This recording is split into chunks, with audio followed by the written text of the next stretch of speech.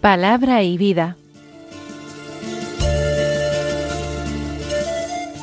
Con el padre Manuel Horta, desde Sevilla.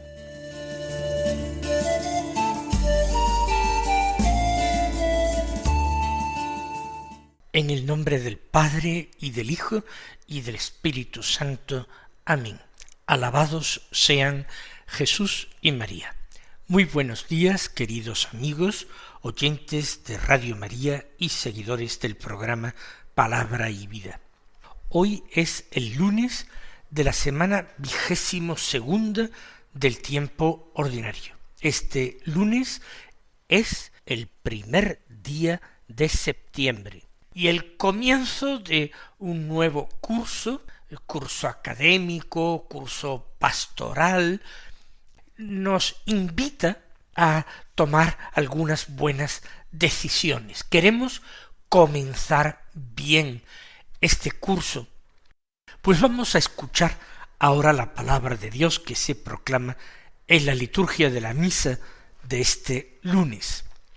Como primera lectura estamos escuchando la primera carta del apóstol San Pablo a los tesalonicenses, que es, creo que se lo dije el primer día en que la tomamos, uno de los escritos más antiguos del Nuevo Testamento. Hoy del capítulo 4, los versículos 13 al 18, que dicen así: Hermanos, no queremos que ignoréis la suerte de los difuntos, para que no os aflijáis como los que no tienen esperanza. Pues si creemos que Jesús murió y resucitó, de igual modo Dios llevará con él, por medio de Jesús, a los que han muerto. Esto es lo que os decimos apoyados en la palabra del Señor.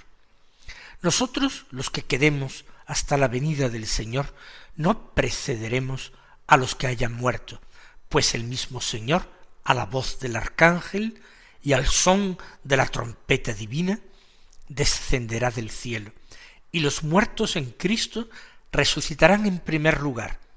Después, nosotros, los que vivamos, los que quedemos, seremos llevados con ellos entre nubes al encuentro del Señor por los aires. Y así estaremos siempre con el Señor. Consolaos, pues, mutuamente con estas palabras. Hay una idea que es fuerte en las comunidades cristianas primitivas, en esas comunidades cristianas apostólicas.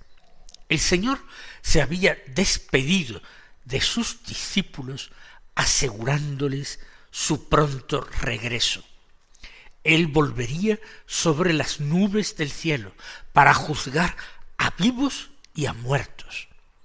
El mismo Señor, en el capítulo 25 del Evangelio de San Mateo, había narrado esa parábola, que no es propiamente una parábola, sino una imagen de el juicio final. Como un pastor separa sus ovejas de las cabras, pues así el Hijo del Hombre separará a los buenos de los malos y pondrá a los buenos a su derecha, a los malos a su izquierda, y les dirá a unos: alejaos de mí, malditos, id al fuego eterno preparado para el diablo y sus ángeles, porque tuve hambre, no me disteis de comer, tuve sed, no me disteis de beber, etc. Y a los de su derecha le dirá: venid benditos de mi Padre, para tomar posesión del reino preparado para vosotros desde la creación del mundo, porque tuve hambre y me disteis de comer, tuve sed, me disteis de beber, etc. Por tanto, en las primeras comunidades cristianas se vivía esa fuerte tensión de espera del Señor. El Señor que vino en el tiempo, pero que vendrá para dar comienzo a la eternidad. Pero el Señor tarda tarda más de lo que muchos cristianos se imaginaban que tardaría. Pablo, en estos primeros momentos de su predicación, ya he dicho que la carta a los tesalonicenses es de las primeras escritas por él, la primera seguramente, la más antigua. Pablo está convencido, Pablo cree que él conocerá esa segunda venida del Señor, que él será de los testigos de la segunda venida. Ya con los años va decayendo en esa opinión optimista y va conformándose con la idea de que él tiene que terminar su carrera aquí, en la tierra, manteniendo esa fe que él ha recibido. Pero hay multitud de preguntas que se formulan en esas primeras comunidades cristianas, también en la comunidad de Tesalónica. ¿Qué pasa con los que van muriendo primero, con los que no van a conocer la venida del Señor? ¿Cuál es la suerte que les espera? ¿Será la misma de quienes puedan recibir personalmente al Señor en su segunda venida? Ellos no alcanzarán, por tanto, la dicha de recibir al Señor cuando venga como juez. Pablo, entonces, en la carta a los tesalonicenses, escribe unas palabras de consolación, pero también unas palabras de revelación. Digo palabras de consolación porque este texto que hemos escuchado lo termina precisamente diciendo: consolaos pues mutuamente con estas palabras. Por eso esa ha sido su intención primordial, consolar las inquietudes, el tema de la pena que tienen algunos que han perdido a sus familiares más inmediatos, a sus padres o a sus abuelos que han fallecido. ¿Qué va a pasar? ¿Qué va a pasar con ellos? Pero por otra parte, un deseo o un designio de revelación. Pablo no va a dar su opinión personal. La opinión personal de Pablo no vale para nada. Él va a decir una palabra de parte de Dios, una palabra que hoy acogemos y tras escucharla la aclamamos diciendo: palabra de Dios. Por eso Pablo dice: esto es lo que os decimos apoyados en la palabra del Señor. Por tanto, Pablo distingue: esta no es simplemente una palabra, una explicación mía. No se trata de que esto yo me imagino que será así. Si os lo digo, es como enseñanza de parte del Señor, apoyado en la palabra del Señor. Este tema, un tema claramente escatológico quiere decir que hace relación a las realidades últimas, y una de las realidades últimas es la segunda venida del Señor, es la resurrección de los muertos, es el juicio final. Pues estas realidades escatológicas van a quedar iluminadas definitivamente por esta palabra de Pablo, que es palabra de Dios dirigida a los de Tesalónica. Fijémonos concretamente en lo que dice. Empieza: no queremos que ignoréis la suerte de los difuntos, para que no os aflijáis como los que no tienen esperanza.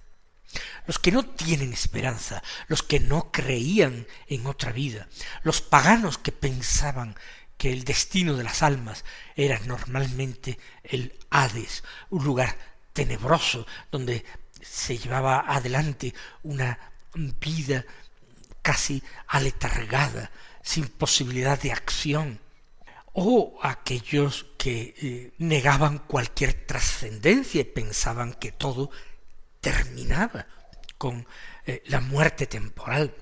Toda esa corriente saducea dentro del judaísmo, que pensaban que premios y castigos había que recibirlos en esta vida y que la larga vida, los largos años, eran a lo más a lo que el hombre podía esperar, disfrutar mucho de esta vida que era la única que Dios nos concedía.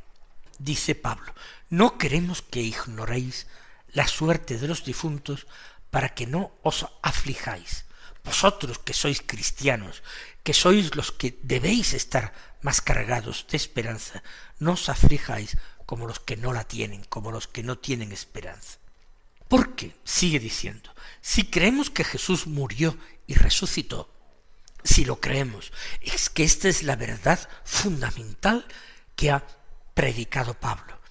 Este es el llamado querigma, es decir, el anuncio primero de la fe, que nos ha venido de parte de Dios un Salvador, que ha muerto en la cruz para redimirnos del pecado, pero ha resucitado, y eso es fundamental. Pues si creemos que Jesús murió y resucitó, de igual modo Dios llevará con él, por medio de Jesús, a los que han muerto. Por tanto es Dios. Se refiere Pablo al Padre. Sí, nosotros cuando hablamos de Dios podemos referirnos a la Trinidad. Y así como la redención de los hombres es obra de la segunda persona de la Trinidad encarnada, todo ha sido realizado por designio del Padre y con el poder, la fuerza y la gracia del Espíritu Santo. Pues si creemos que Jesús murió y resucitó, Dios llevará con él a compartir su vida, pues para eso nos ha creado a todos los que han muerto, y esto por medio de Jesús. Jesús es el puente, o como dice la Escritura, el pontífice de nuestra fe, el que nos permite pasar de esta vida terrena, temporal, a una vida que es plenamente espiritual y eterna, a una vida en Dios. Si Jesús murió y resucitó, esta es nuestra garantía. Dios no nos lo habría dado como Salvador y no le habría hecho recorrer ese camino que es la Pascua cristiana, misterio de muerte y resurrección, sino para llevarnos a nosotros por el mismo camino que a Jesús. También en nuestra vida tenemos que seguir a Jesús llevando nuestra propia cruz, aceptando nuestra propia muerte, para con Cristo y por medio de Cristo ser resucitados y ser llevados con Jesús, que está, no lo olvidemos, no sólo en espíritu, en divinidad, sino también con su cuerpo resucitado, está a la derecha del Padre. Por tanto, esta es la creencia cristiana, que Dios llevará con él, por medio de Jesús, a los que han muerto. Y añade, es el párrafo, la frase que he citado antes: esto es lo que os decimos apoyados en la palabra del Señor. Ya lo he dicho, no apoyados en nuestra propia opinión, ni en algo que nos parece razonable o lógico. ¿Qué es lo que os decimos? Lo que revelamos. Nosotros, dice, los que quedemos hasta la venida del Señor. Parece que Pablo se incluye entre esto. Nosotros los que quedemos hasta la venida del Señor.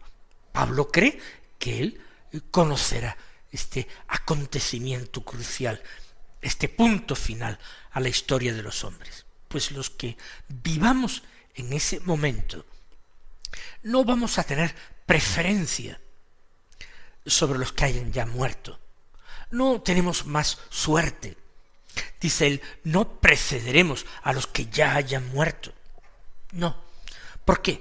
Porque el mismo Señor, a la voz del arcángel y al son de la trompeta divina, la voz del arcángel es la que llama en ese momento crucial de la historia de los hombres, que encuentra en esta llamada su final, su consumación. Al son de la trompeta divina, que Pablo afirma también en otras cartas, que resonará. Es una imagen propia también del Antiguo Testamento y de la literatura apocalíptica del Antiguo Testamento. En ese instante, en esa llamada a la voz del arcángel, al son de la trompeta de Dios, el Señor descenderá del cielo. Eso lo había afirmado el mismo Jesús en el Evangelio, era palabra del Señor, que lo verían venir sobre las nubes del cielo. Pues descenderá el Señor. Y entonces los muertos en Cristo, los muertos que son discípulos, los creyentes que hayan muerto, resucitarán en primer lugar. Eso será lo primero. Resucitarán. Ellos también en ese instante compartirán la gloria de Cristo en su segunda venida, en su parusía. No se pierden nada, van a tener lo mismo, resucitados. Y entonces nosotros, los que vivamos, los que quedemos vivos en la tierra en ese instante, seremos llevados con ellos entre nubes al encuentro del Señor por los aires. Es decir, se reunirán los muertos resucitados con los vivos transformados. Eso expresa esa frase de Pablo: seremos llevados con ellos entre nubes al encuentro del Señor por los aires.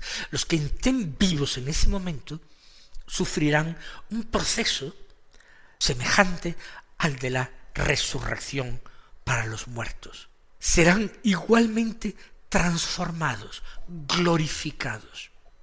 Eso sí, los que vivan en el último momento no padecerán la muerte temporal, sino que serán transformados, resucitados, pasando de esta vida temporal a la vida eterna, llevados con ellos, unos y otros, entre nubes, al encuentro del Señor por los aires. En definitiva, la suerte es la misma. Y así, dice Pablo, estaremos siempre con el Señor. Ellos, los que han muerto en la fe, y nosotros, los que perseveremos en la fe hasta el último instante. Este es el motivo del consuelo. Así termina Pablo esta enseñanza. Consolaos, pues, mutuamente con estas palabras. Y, mis queridos hermanos, que tampoco decaiga en nosotros esa esperanza en la resurrección, una esperanza que hay que avivar continuamente, que cada generación debe avivar y vivir en esa misma tensión de la primera iglesia, con la esperanza de la cercanía de la venida del Señor.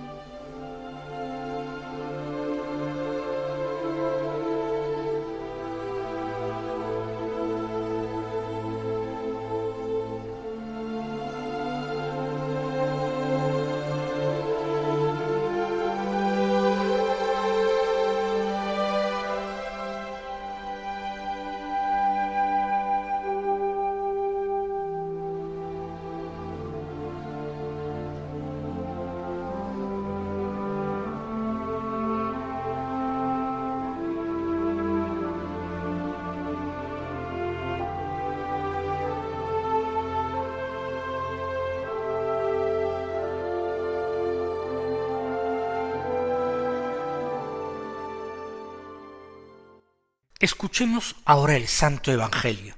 Precisamente hoy comenzamos la lectura del Evangelio según San Lucas, después de haber hecho una lectura continuada en este tiempo ordinario, primero de San Marcos y después de San Mateo.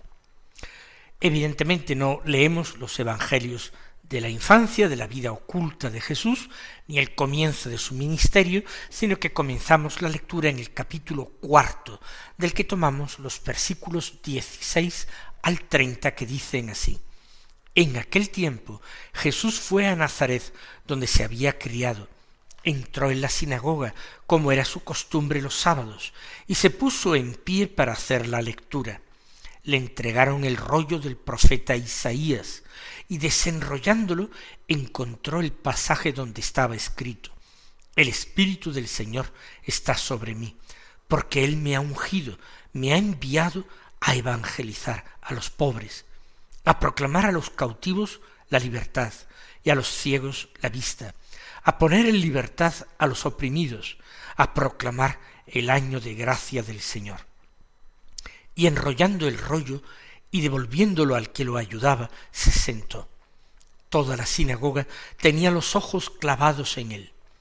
Y él comenzó a decirles: Hoy se ha cumplido esta escritura que acabáis de oír. Y todos le expresaban su aprobación y se admiraban de las palabras de gracia que salían de su boca. Y decían: ¿No es este el hijo de José? Pero Jesús les dijo: Sin duda me diréis aquel refrán: Médico, cúrate a ti mismo. Haz también aquí en tu pueblo lo que hemos oído que has hecho en Cafarnaúm. Y añadió: En verdad os digo que ningún profeta es aceptado en su pueblo. Puedo aseguraros que en Israel había muchas viudas en los días de Elías, cuando estuvo cerrado el cielo 3 años y 6 meses, y hubo una gran hambre en todo el país. Sin embargo, a ninguna de ellas fue enviado Elías, sino a una viuda de Sarepta en el territorio de Sidón.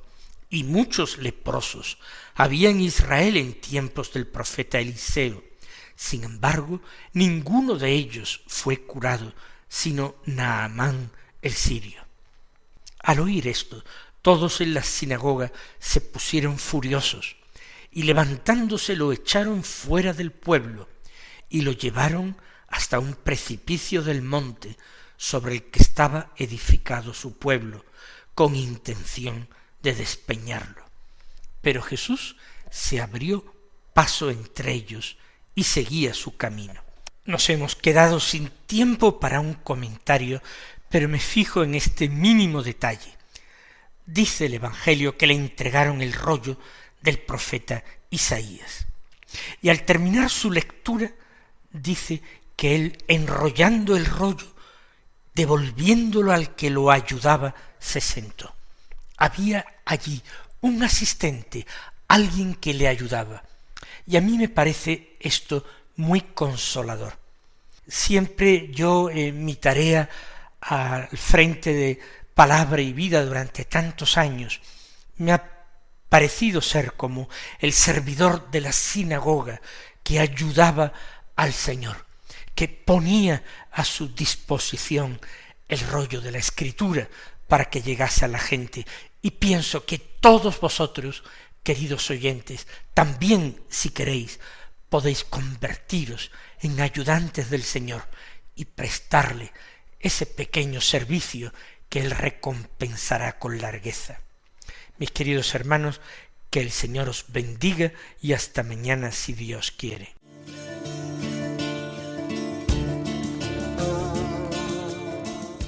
Han escuchado en Radio María Palabra y Vida, un programa que dirige el Padre Manuel Horta.